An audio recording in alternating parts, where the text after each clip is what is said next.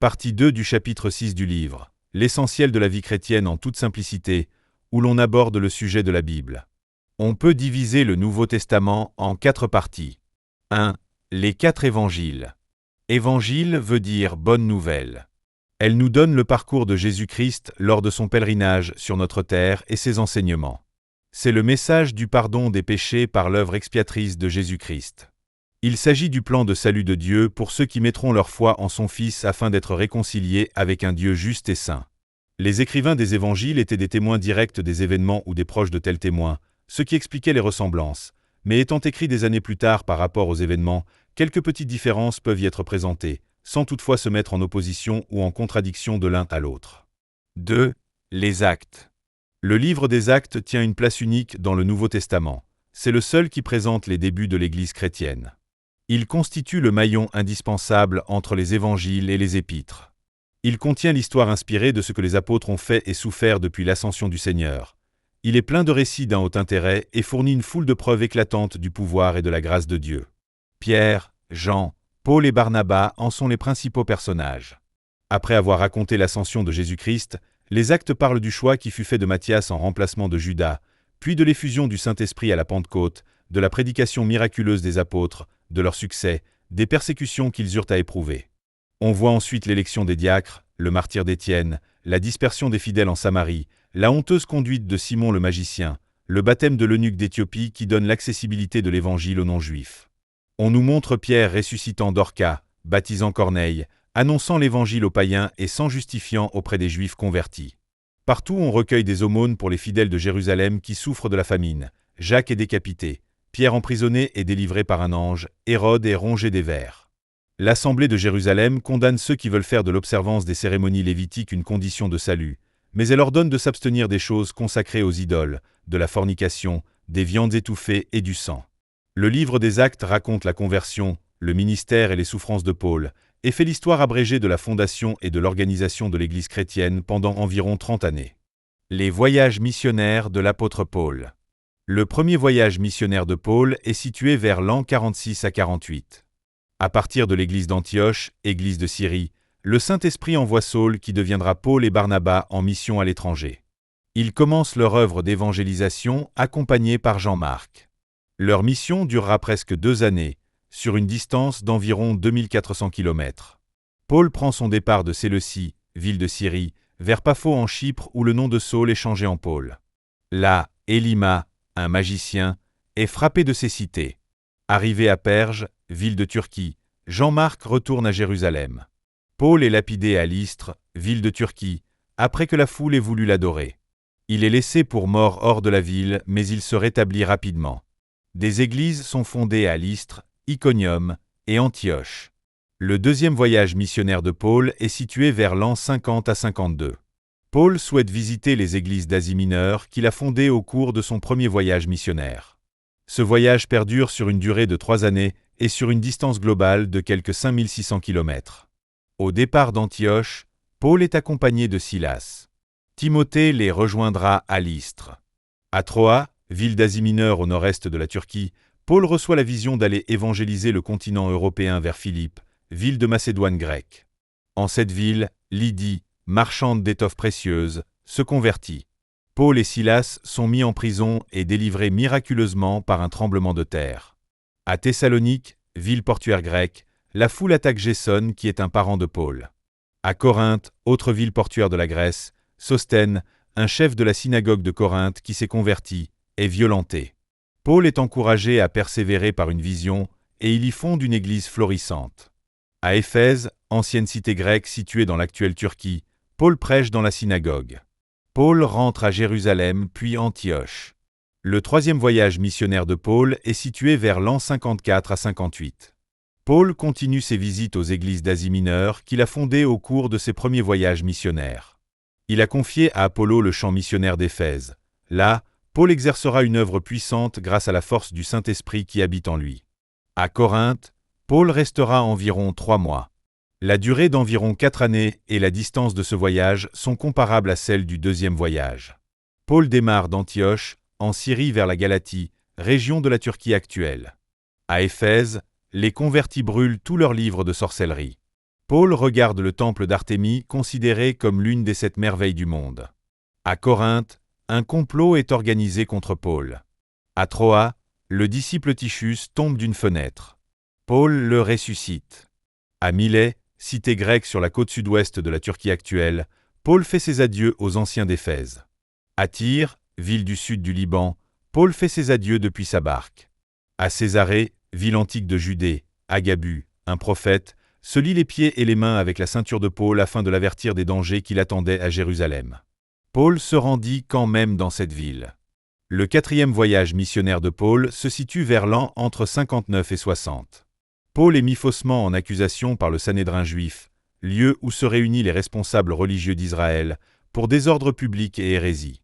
Il est emprisonné à Césarée pendant 2 ans. Paul est juif, mais aussi citoyen romain par son père. Il réclame donc son droit d'être jugé par l'empereur lui-même. Il sera accompagné sous escorte romaine vers la capitale de l'Empire romain. Il vivra à Rome pendant environ 2 années en attendant son jugement. Il en profitera pour continuer ses enseignements. Il est probable qu'il y a rédigé un certain nombre d'épîtres qui nous sont parvenus. Sa mort et son martyre probable par décapitation ne sont pas explicitement décrits dans les livres bibliques, Luc ayant fini son récit trop tôt. On estime que sa mort a eu lieu vers l'an 67. 3. Les épîtres. Les épîtres du Nouveau Testament sont des lettres adressées à des destinataires bien précis, soit à une assemblée de chrétiens ou soit à un disciple en particulier. Elles nous donnent la bonne doctrine à suivre et elles répondent à des questions posées, corriger des erreurs, redresser des torts, exhorter, avertir. Ces lettres seront lues dans toutes les communautés de la ville ou de la province, et même qu'elles circuleront d'une église à l'autre. L'apôtre Paul est celui qui a le plus d'épîtres à son nom. Il a écrit aux églises de Corinthe, de Galatie, d'Éphèse, de Thessalonique, de Colosse, de Philippe et de Rome. Il a aussi écrit à des disciples, Tite, Philémon et Timothée. Des épîtres sont écrites par les apôtres, Pierre, Jean et Jude. Concernant l'épître aux Hébreux, nous ne connaissons pas avec exactitude son auteur. Chronologie des épîtres. J'ai trouvé diverses chronologies du Nouveau Testament, malheureusement quasi aucune ne correspond entre elles, donc je vous donne encore une fois une approximation. Jacques, Galates, 1 et 2 Thessaloniciens, 1 et 2 Corinthiens, Romains, Éphésiens, Colossiens, Philémon, Philippiens, 1 Timothée, Tite, 1 Pierre, Hébreux, 2 Timothée, 2 Pierre, Jude, 1, 2 et 3 Jean. 4. Apocalypse. L'Apocalypse est aussi appelé le livre des Révélations. Son auteur est l'apôtre Jean. Il a consigné les merveilles que Dieu lui avait donné de voir dans l'avenir touchant Christ et son Église.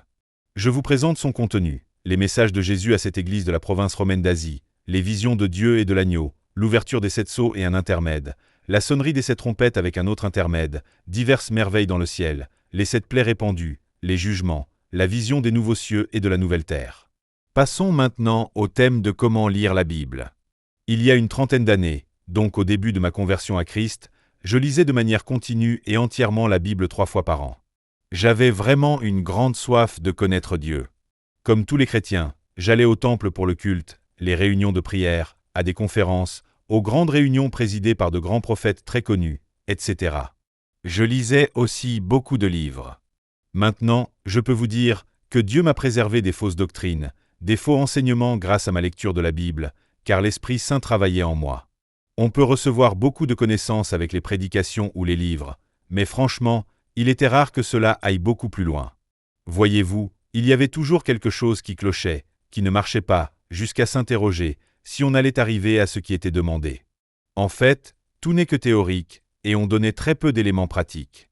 Tout ce qu'on peut entendre ou lire était toujours incomplet, même parfois incorrect, car, sorti de son contexte, ou bien ce n'était qu'une interprétation personnelle du prédicateur ou de l'écrivain. Heureusement que ma lecture de la Bible et j'insiste de façon continue et entière me permettait bien souvent de repérer ces erreurs. Je possédais l'esprit d'ensemble de la parole de Dieu et j'évitais ainsi les fausses doctrines, les faux enseignements. J'en conclus qu'il est très dangereux de se baser pour la conduite de notre vie chrétienne que sur les enseignements de notre pasteur ou autre, car ils ne sont que des hommes et l'homme sera toujours imperfectible. Aussi, en ne se basant que sur eux et surtout en abandonnant votre lecture des Saintes Écritures, je peux vous assurer que vous perdrez la vie de l'Esprit Saint en vous, car il vous dira « Tu donnes toute ta confiance en l'homme et non en moi, donc tu démontres que tu n'as plus besoin de moi et tu me renies. » Voyez-vous, C'est ainsi que beaucoup de chrétiens se sont détournés des vérités de la parole de Dieu et qu'ils sont devenus des partisans de leur dénomination d'église, des idolâtres de leurs pasteurs et ceci sans s'en rendre compte, car, sans eux, ils sont comme perdus.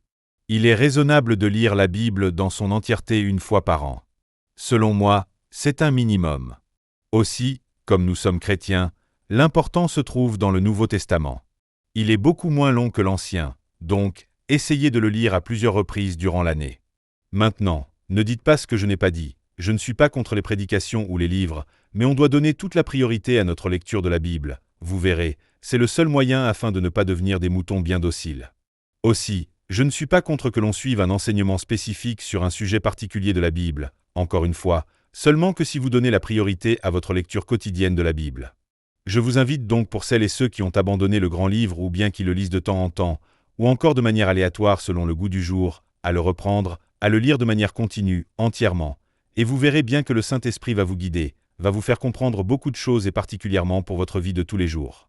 Il vous éclairera sur certains passages afin de vous dire là où vous devez progresser dans la sanctification, il vous donnera des directions à suivre, vraiment, il va vous étonner. Il n'y a pas 36 méthodes pour lire la Bible. Elle doit être lue dans son entièreté, soit de la première lettre de la Genèse jusqu'à la dernière de l'Apocalypse. Une autre méthode serait de la lire de manière chronologique. Les 66 livres de la Bible doivent être lus. Vous pouvez bien sûr les lire à la suite ou selon votre plan de lecture, du moment qu'ils sont tous lus et complètement. Il est certain qu'il y aura des passages que vous ne comprendrez pas directement. Ce n'est pas grave du tout. Continuez tout simplement votre lecture. C'est que ce n'est pas le bon moment pour vous de les comprendre. Lors de votre prochaine lecture de la Bible, vous verrez, le Saint-Esprit vous donnera des éclaircissements sur ce que vous n'aviez pas compris. Cela fait un peu plus de 30 ans que je lis la Bible du début et à la fin. Je peux vous assurer que chaque jour, je reçois de la part du Saint-Esprit un éclairage nouveau sur certains versets. On s'évertue à étudier ce que l'on ne comprend pas. Moi, je vous pousse à étudier ce que vous comprenez afin de le mettre en pratique. Est-ce qu'on lit un roman en commençant à la 100e page pour ensuite lire la 210e et finir par la 50e? Alors pourquoi le ferions-nous avec la Bible? Vous n'auriez aucune compréhension du roman. Il en serait de même si vous lisez la Bible de cette manière. Certains lisent la Bible comme une loterie. Ils feuillettent le livre et ils s'arrêtent sur une page au hasard dans l'espoir de trouver un beau verset qui leur convienne pour la journée, et s'ils ne trouvent pas du premier coup, ils recommencent le processus. En fait, on prend la Bible pour un livre magique. Croyez bien que le Saint-Esprit ne soit pas dans ce jeu. Il s'agit de l'occultisme, ce qui est en horreur pour Dieu.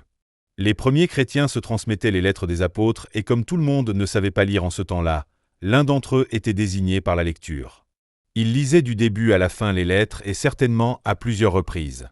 Il s'ensuivait un dialogue entre les chrétiens des textes reçus. De nos jours, il n'y a plus que le pasteur ou l'enseignant qui nous prêche sur des toutes petites parties de la Bible.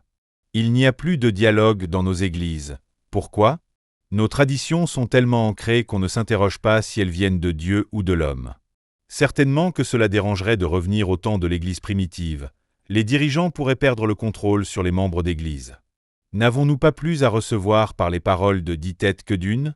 Alors, pourquoi s'en priver? Ah oui, et surtout n'oubliez pas qu'il ne sert de rien de lire la Bible si vous ne mettez pas en pratique ce que l'Esprit Saint vous dit.